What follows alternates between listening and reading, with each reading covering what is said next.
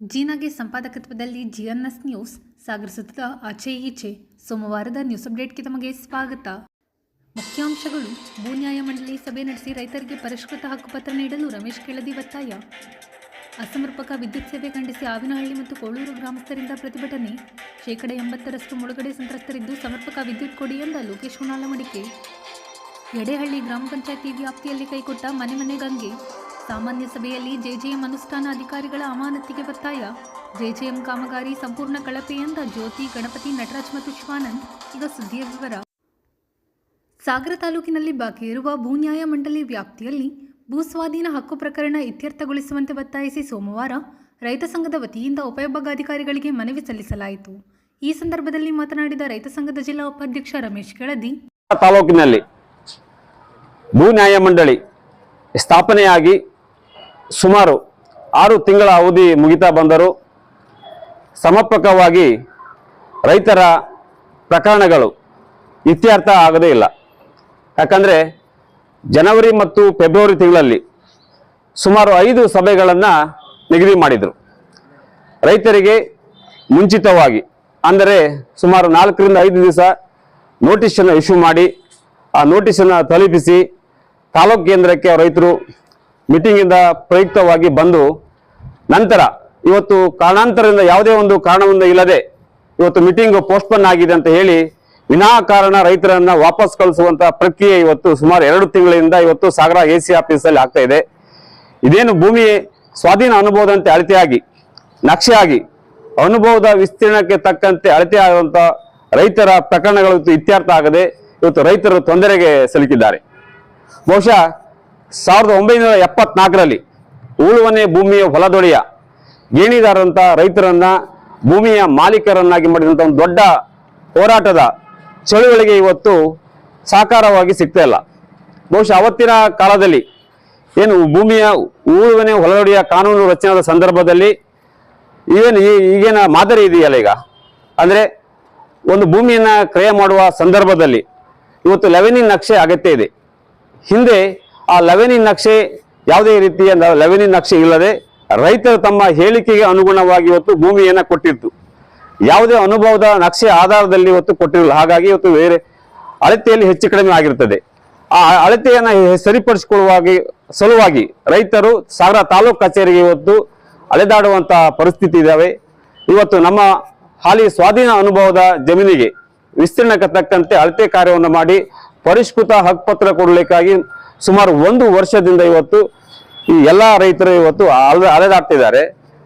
ವಿನಾಕಾರಣ ಇವತ್ತು ಸಭೆಗಳನ್ನ ಇವತ್ತು ಮುಂದೂಡಿ ಯಾವುದೇ ಒಂದು ರೈತರಿಗೆ ಮುಂಚಿತವಾಗಿ ಹೇಳಿಕೆಯನ್ನು ಸಹ ನೀಡದೆ ತಮ್ಮ ಸಭೆಗಳನ್ನು ಏಕಾಏಕಿ ಮುಂದೂಡಿ ಇವತ್ತು ರೈತರು ಸುಮಾರು 2 ತಿಂಗಳಿಂದ 4 ಬಾರಿ ಇವತ್ತು ವಾಪಸ್ ಮನೆಗೆ ಹೋಗಿದ್ದಾರೆ. ಯಾವುದೇ ಪ್ರಕರಣಗಳು ಇಲ್ಲಿವರೆಗೆ ಇತ್ಯರ್ಥ ಆಗಿಲ್ಲ. ಇದಕ್ಕೆ ನೈತಿಕ ಹೊಣೆ ಯಾರ ಹೊರತಾರಂತ ಗೊತ್ತಾಗಬೇಕಾಗಿದೆ. ಹಾಗಾಗಿ ಈ ದಿವಸ ಇಂತಹ ಪ್ರಕರಣಗಳನ್ನ ಬೇಗ ಇತ್ಯರ್ಥ ಮಾಡ್ಬೇಕಂತ ಹೇಳಿ ಮಾನ್ಯ ಉಪವಿಭಾಗ ಅಧಿಕಾರಿಗಳ ಕಚೇರಿಗೆ ಒಂದು ಮನವಿಯನ್ನ ಕೊಡುವಂತ ಕಾರ್ಯಕ್ರಮಕ್ಕೆ ಇವತ್ತು ನೀವೆಲ್ಲ ಇವತ್ತು ಬಂದಿದ್ದೀರಿ. ಎಲ್ಲರಿಗೂ ನಾನು ಮತ್ತೊಮ್ಮೆ ನಿಮಗೆ ಸ್ವಾಗತವನ್ನ ಕೋರ್ತೀನಿ. ಮನವಿ ಸಲ್ಲಿಕೆ ಸಂದರ್ಭದಲ್ಲಿ ಜಿನೇಶ್, ಸೋಮಶೇಖರ್ ಹುತ್ತದಿಂಬ, ವಿಜಯ್ ಯಲಕುಂದ್ಲಿ, ದಾಸನ ಕೃಷ್ಣಮೂರ್ತಿ, ತಾಕಪ್ಪ, ರಾಜಪ್ಪ ಸೂರನಗದ್ದೆ, ಸತ್ಯನಾರಾಯಣ್ ಕೆಳದಿ, ಲಕ್ಷ್ಮಣ್ ಕೆಳದಿ, ಕುಮಾರ್ ಗೌಡ, ನಾಗರಾಜ್ ಇನ್ನಿತರರು ಹಾಜರಿದ್ದರು. ಸಾಗರ ತಾಲೂಕಿನ ಆವಿನಹಳ್ಳಿಯಲ್ಲಿ ಸೋಮವಾರ ಸಮರ್ಪಕ ವಿದ್ಯುತ್ ಪೂರೈಕೆಗೆ ಒತ್ತಾಯಿಸಿ ಆವಿನಹಳ್ಳಿ ಮತ್ತು ಕೋಳೂರು ಗ್ರಾಮಸ್ಥರು ಮೆಸ್ಕಾಂ ಕಚೇರಿ ಎದುರು ಪ್ರತಿಭಟನೆ ನಡೆಸಿದರು. ಈ ಸಂದರ್ಭದಲ್ಲಿ ಮಾತನಾಡಿದ ಸಾಮಾಜಿಕ ಕಾರ್ಯಕರ್ತ ಲೋಕೇಶ್ ಹುಣಾಲಮಡಿಕೆ, ಮನವಿ ಸ್ವೀಕರಿಸಿ ಮಾತನಾಡಿದ ಮೆಸ್ಕಾಂ ಅಧಿಕಾರಿ, ಈಗಾಗಲೇ ಅಂದ್ರೆ ಆವಿನಹಳ್ಳಿ ಭಾಗದಲ್ಲಿ ಬಹುತೇಕ ಮುಳುಗಡೆ ಸಂತ್ರಸ್ತರು ಇರೋದ್ರಿಂದ 80% ಮುಳುಗಡೆ ಸಂತ್ರಸ್ತರು ಇರೋದು ಶರಾವತಿ ವಿದ್ಯುತ್ ಆಗಿ ಏನಂದ್ರೆ ತಮ್ಮ ಜಮೀನನ್ನ ಕಳೆದುಕೊಂಡಂತ ಸಂತ್ರಸ್ತರಿಗೆ ಇವತ್ತು ರಾಜ್ಯಕ್ಕೆ ಬೇರೆ ಬೇರೆ ಭಾಗಗಳಿಗೆ ಎಲ್ಲದಕ್ಕೂ ಏನಂದ್ರೆ ನಿರಂತರ ಕರೆಂಟ್ ಇರುತ್ತೆ. ಆದ್ರೆ ನಮ್ಮಲ್ಲಿ ಮಾತ್ರ ಏನಂದ್ರೆ load shedding, low voltage, power cut ಇದು ಈ ಭಾವನೆಯನ್ನ ಅಂದ್ರೆ ಭೂಮಿಯನ್ನ ಕಳ್ಕೊಂಡು ಸಂತ್ರಸ್ತರಾದ್ರೂ ಕೂಡ ಬೇಕಾದಂತ ಕರೆಂಟ್ ಅನ್ನ ಕೊಡ್ತಾ ಇಲ್ಲ. ಆ ಕಾರಣಕ್ಕಾಗಿ ಇವತ್ತು ಒಂದು ಪ್ರತಿಭಟನೆಯನ್ನ ಹಮ್ಮಿಕೊಂಡಿದ್ವಿ. ಇಲ್ಲಿಗೆ ಶಾಶ್ವತ ಪರಿಹಾರ ಅಂತ ಹೇಳಿದ್ರೆ ಆವಿನಹಳ್ಳಿ ಭಾಗಕ್ಕೆ ಗ್ರಿಡ್ ಆಗ್ಬೇಕು. ಆ ಗ್ರಿಡ್ ಆದಾಗ ಮಾತ್ರ ಅದು ಶಾಶ್ವತ ಪರಿಹಾರ ಸಿಗುತ್ತೆ ಅನ್ನೋಂಥದ್ದು ಇದು. ಮತ್ತೆ ಈಗ ತಾತ್ಕಾಲಿಕವಾಗಿ ಇನ್ನು 4 ದಿನದ ಒಳಗಡೆ ಏನು ಲೋ ವೋಲ್ಟೇಜ್ ಇದೆ ಆ ವೋಲ್ಟೇಜ್ ಅನ್ನ ಬಗೆಹರಿಸಿ ಅಗತ್ಯವಾದ ಟಿಸಿಗಳನ್ನ ಮತ್ತೆ ಬೇಕಾದಂತಹ ಪೂರಕ ವಾತಾವರಣವನ್ನ ಸೃಷ್ಟಿ ಮಾಡಿ ಕೊಡ್ಬೇಕು. ಮತ್ತೆ ಇನ್ನು ಒಂದೂವರೆ ತಿಂಗಳ ಒಳಗಡೆ ಗ್ರಿಡ್ಡಿಗೆ ಏನ್ ಬೇಕೋ ಆ ಗ್ರಿಡ್ಡಿಗೆ ಚಾಲನೆಯನ್ನ ಕೊಟ್ಟು ಅದು ಅವರು ಕಾರ್ಯೋನ್ಮುಖರ ಆಗ್ಬೇಕು. ಅದು ಆಗ್ಲಿಲ್ಲ ಅಂದ್ರೆ ಮುಂದಿನ ದಿನದಲ್ಲಿ ತಾಲೂಕು ಮಟ್ಟದಲ್ಲಿ ದೊಡ್ಡ ಹೋರಾಟವನ್ನ ಮಾಡ್ತೇವೆ ಅನ್ನೋಂಥದ್ನ ಎಚ್ಚರಿಕೆಯನ್ನ ಕೂಡ ಕೊಡ್ತಿದ್ದೇವೆ. ಆದ್ರೆ ಇವತ್ತು ಈ ಎಕ್ಸಿಕ್ಯೂಟಿವ್ ಇಂಜಿನಿಯರ್ SC ಅವರ ಒಂದು ಮಾರ್ಗದರ್ಶನದಲ್ಲಿ ಇವತ್ತು ಸಂಪೂರ್ಣ ಭರವಸೆಯನ್ನ ಕೊಟ್ಟಿದ್ದಾರೆ. ಭರವಸೆ ಕೊಟ್ಟಿರೋದ್ರಿಂದ ನಾವು ಪ್ರತಿಭಟನೆಯನ್ನ ಹಿಂದೆ ಪಡೆದಿದ್ದೀವಿ. ಅಂದ್ರೆ ಅವರ ಒಂದು ಅಹವಾಲನ್ನ ನಮ್ದು ತಗೊಂಡು ಅವರು ಸಂಪೂರ್ಣ ಭರವಸೆ ಕೊಟ್ಟಿರೋದ್ರಿಂದ ನಾವು ಇವತ್ತು ಪ್ರತಿಭಟನೆಯನ್ನ ಹಿಂಪಡೆದಿದ್ದೇವೆ. ಆದ್ರೆ ಮುಂದಿನ ದಿನದಲ್ಲಿ ಕೊಟ್ಟಂತ ಭರವಸೆ ಈಡೇರದಿದ್ರೆ ಮುಂದಿನ ದೊಡ್ಡ ಮಟ್ಟದಲ್ಲಿ ಹೋರಾಟವನ್ನ ಮಾಡ್ತೇವೆ ಅನ್ನೋಂತ ಸರ್, ಈಗ ಅವ್ರ ಸಮಸ್ಯೆ ಯಾವ ರೀತಿ ಗ್ರಾಮಸ್ಥರ ಸಮಸ್ಯೆ ಇದೆಲ್ಲ ಯಾವ ರೀತಿ ಬಗೆಹರಿಸಿಕೊಡ್ತೀರಾ? ಈಗ ಸದ್ಯಕ್ಕೆ ಶಾಶ್ವತ ಪರಿಹಾರ ಅಂದ್ರೆ ನಾವಿನಲ್ಲಿ ಗ್ರಿಡ್ ಆಗಬೇಕು. ಜೊತೆ ಈಗ ತಾತ್ಕಾಲಿಕವಾಗಿ ಈಗ ಏನು ಪ್ರೆಸೆಂಟ್ ಈ ಸಮಸ್ಯೆ ಹೆಂಗಂದ್ರೆ ಈಗ ಎರಡು ಶಿಫ್ಟ್ ಮಾಡಿ ವೋಲ್ಟೇಜ್ ಎರಡು ಕಡೆ ಶಿಫ್ಟ್ ಮಾಡಿ ಸಪ್ಲೈ ಆಪರೇಷನ್ ಮಾಡಿ ಕೊಡ್ಬೇಕಾಗುತ್ತೆ. ಜೊತೆಗೆ ಇನ್ನೊಂದು ಕೆಪಾಸಿಟರ್ ಬ್ಯಾಂಕ್ ಅನ್ನು ಹಾಕಿ ತಕ್ಕ ಮಟ್ಟಿಗೆ ಸದ್ಯದ ಮಟ್ಟಿಗೆ ಇದು ವೋಲ್ಟೇಜ್ ಸಮಸ್ಯೆ ಬಗೆಹರಿಸಬಹುದು. ಈ ಸಂದರ್ಭದಲ್ಲಿ ಸಫಿಯಾ, ದೇವರಾಜ್, ಗಣೇಶ್, ಮಂಜಪ್ಪ ಇನ್ನಿತರರು ಹಾಜರಿದ್ದರು. ಸಾಗರ ತಾಲೂಕಿನ ಎಡೆಹಳ್ಳಿ ಗ್ರಾಮ ಪಂಚಾಯಿತಿ ವ್ಯಾಪ್ತಿಯಲ್ಲಿ ಜೆಜೆಎಂ ಕಳಪೆ ಕಾಮಗಾರಿ ನಿರ್ವಹಿಸಿರುವ ಗುತ್ತಿಗೆದಾರನನ್ನು ಕಪ್ಪು ಪಟ್ಟಿಗೆ ಸೇರಿಸಬೇಕು ಮತ್ತು ಮೇಲುಸ್ತುವಾರಿ ವಹಿಸುವಲ್ಲಿ ವಿಫಲವಾಗಿರುವ ಅಭಿಯಂತರನನ್ನು ಅಮಾನತುಗೊಳಿಸುವ ನಿರ್ಣಯ ಕೈಗೊಳ್ಳಲಾಯಿತು. ಸಭೆಯ ಅಧ್ಯಕ್ಷತೆ ವಹಿಸಿ ಮಾತನಾಡಿದ ಗ್ರಾಮ ಪಂಚಾಯಿತಿ ಅಧ್ಯಕ್ಷೆ ಜ್ಯೋತಿ ರಘು, ಪಂಚಾಯಿತಿ ಉಪಾಧ್ಯಕ್ಷ ಗಣಪತಿ ಇರುವಕ್ಕಿ, ಸಾಮಾಜಿಕ ನ್ಯಾಯ ಸಮಿತಿ ಅಧ್ಯಕ್ಷ ನಟರಾಜ್ ಗೇರ್ಬಿಸ್ ಮತ್ತು ಸದಸ್ಯ ಶಿವಾನಂದ್, ಎಡೆಹಳ್ಳಿ ಗ್ರಾಮ ಪಂಚಾಯಿತಿಯಲ್ಲಿ ಕುಡಿಯುವ ನೀರಿನ ಸಮಸ್ಯೆ ತುಂಬ ಇರೋದ್ರಿಂದ ಜೆಜೆಎಂ ಕೆಲಸಗಳು ಅರ್ಧಂಬರ್ಧ ಆಗಿರೋದ್ರಿಂದ ಆ ಕೆಲಸವನ್ನು ಆದಷ್ಟು ಬೇಗ ಪೂರ್ಣಗತಿಯಲ್ಲಿ ತ್ವರಿತವಾಗಿ ಮಾಡಬೇಕು ಅಂತ ಕೇಳ್ಕೊಳ್ತಾ ಇದ್ದೀವಿ. ಇಲ್ಲದಿದ್ದರೆ ಈ ಒಂದು ಪ್ರತಿಭಟನೆಯನ್ನು ನಾವು ಮಾಡಬೇಕಾಗತ್ತೆ.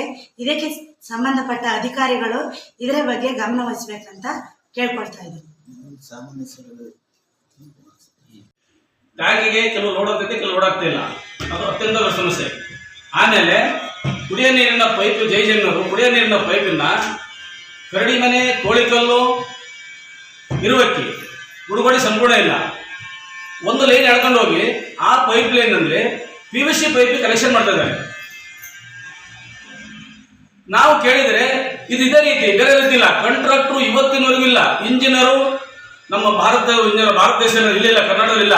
ಹಂಗಾಗಿ ಮನುಷ್ಯ ಒಂದು ದಿನ ಆ ಕುಡಿಯ ನೀರಿನ ಪೈಪ್ ಲೈನ್ ನೋಡಕ್ ಬರಲಿಲ್ಲ. ಮಧ್ಯ ರೋಡಲ್ಲಿ ವಾಲಿಕಿದ್ದಾರೆ. ಜನರು ಕೇಳಿದರೆ ಕಾಂಟ್ರಾಕ್ಟ್ರು ಅವನಿಗೆ ನೀನ್ಯಾವ ಅಂತ ಕೇಳಿದ ಜನರು ಕೇಳಿದರೆ. ಅಂದ್ರೆ ಇದೇ ನಮ್ಮ ಶಿವಮೊಗ್ಗ ಜಿಲ್ಲೆ ಸಾಗರ ತಾಲೂಕು ಅರಂಪುರ ಹೋಬಳಿ ಎಡೆಹಳ್ಳಿ ಗ್ರಾಮ ಪಂಚಾಯತಿ ಎಲ್ಲಿ ಬೇರೆ ದೇಶದಲ್ಲಿ ಇದೆಯಾ? ಕಾಂಟ್ರಾಕ್ಟ್ ದೌರ್ಜನ್ಯ ಮಾಡ್ತಾನೆ. ಒಂದು ದಿನ ಕಾಂಟ್ರಾಕ್ಟ್ ಬಂದಿಲ್ಲ. ಏನ್ ಕೊಡ್ಬೇಕು ಅವರಿಗೆ? ಇಂಜಿನಿಯರ್ ಬರಲ್ಲ. MLA ಯಾವುದೇ ಕಾರಣಕ್ಕೆ ನೀವು ಹಳೆ ಪೈಪ್ ಲೈನ್ ಕಲೆಕ್ಷನ್ ಮಾಡಬೇಡಿ, PVC ಪೈಪ್ ಕಲೆಕ್ಷನ್ ಯಾವ ಕಾರಣಕ್ಕೂ ಮಾಡಕ್ ಬಿಡಬೇಡಿ ದಯಬೇಡಿ ಅಂತ ಅವ್ರು ಹೇಳಿದಾರೆ. ಪಾಪ ಅವ್ರು ಹೇಳಿದಂಗೆ ಇಂಜಿನಿಯರ್ ಮಾತು ಕೇಳ್ತಲ್ಲ, ಯಾರ್ದು ಮನೆ. ಅದಕ್ಕಾಗಿ ದಯಮಾಡಿ ನಮ್ಮ ಸಂಬಂಧಪಟ್ಟ ಇಲಾಖೆಗಳು, ಸಂಬಂಧಪಟ್ಟ ನಮ್ಮ ಯುವ ಬರುತ್ತಂತ ಗೊತ್ತೇ ಸರಿಯಾಗಿ CS ಅವರು ಇದ್ರ ಬಗ್ಗೆ ಸೂಕ್ತ ಕ್ರಮ ತಗೊಂಡು ಅವ್ನ ಇಂಜಿನಿಯರ್ ಸಸ್ಪೆಂಡ್ ಮಾಡಬೇಕು. ಯಾವ ಕಾರಣಕ್ಕೆ ಒಂದೇ 3 ತಿಂಗಳ ಕೆಲಸ ಮಾಡಿದ್ರು ಇಂಜಿನಿಯರ್ ಬಂದೇ ಇಲ್ಲ, ಕಾಂಟ್ರಾಕ್ಟ್ ಬಂದಿಲ್ಲ. ಒಂದಿನ ನಾವು ಗ್ರಾಮ ಪಂಚಾಯತಿ ಸದಸ್ಯರಿದ್ದೀವಿ, ಈಗ ಉಪಾಧ್ಯಕ್ಷರು, ಅದು ಬೇರೆ. ಇದ್ರ ಬಗ್ಗೆ ಸೂಕ್ತ ಕ್ರಮ ತೆಗೆದುಕೊಳ್ಬೇಕಂತ ನಾನು ಮನವಿ ಮಾಡ್ತೀನಿ.